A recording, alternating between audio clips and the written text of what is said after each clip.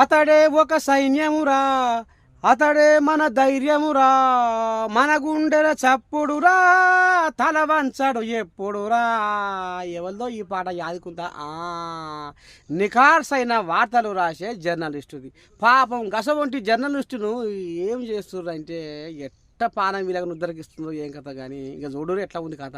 ఇక జర్నలిస్టుల తెరుగు వస్తే జైలు శిక్ష తప్పదు, జరిమానా తప్పదు అని ఏకంగా సుప్రీంకోర్టు తీర్పు ఇచ్చిన విలేకరుల మీద విచ్చలవిడిగా దాడులు జరుగుతూనే ఉన్నాయిల్లా. నీతిని అంటగలిపే, జాతిని మంటగలిపే పాపాత్మల పసిగట్టి న్యాయానికి ఉరివేసే, ధర్మానికి ఉచ్చుపెట్టే, నికృష్టుల అరికట్టే జర్నలిస్టును ఇగో ఏ రకంగా కొడుతురో చూడుర్రి. ఇలా అంతకాలం పాడుపడా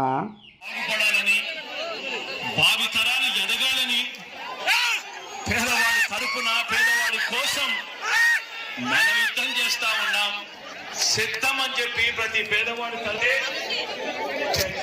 అనంతపురం జిల్లా రాప్తాడులో సిద్ధం సభలో విలేకరు మీద ఇకారంగా దాడి చేస్తే కేసు నమోదయ్యిందటనుల్లా పోలీస్ స్టేషన్లో. అయితే ఎస్పీ అన్బురాజును విచారణ చేసి సంబంధిత వ్యక్తుల మీద చర్య తీసుకుంటామని అనుకొచ్చిండట. మరి మాకు న్యాయం జరిగేదాకా పోరాడి తీరుతామని జర్నలిస్టు సంఘాలు ఓ దిక్కు కయ్యానికి కాల్దూతున్నాయల్లా. చూడాలా మరి రాజకీయ శకలం తిప్పి ఈ కేసును ఏం చేస్తారో ఎక్క సంగతో అని ఒకటే గుసగుస పెట్టుకుంటున్నారట నిర్ణయాల ఏపీలో పబ్లిక్. మనం యుద్ధం చేస్తా ఉన్నాం. సిద్ధం అని చెప్పి ప్రతి పేదవాడి తల్లి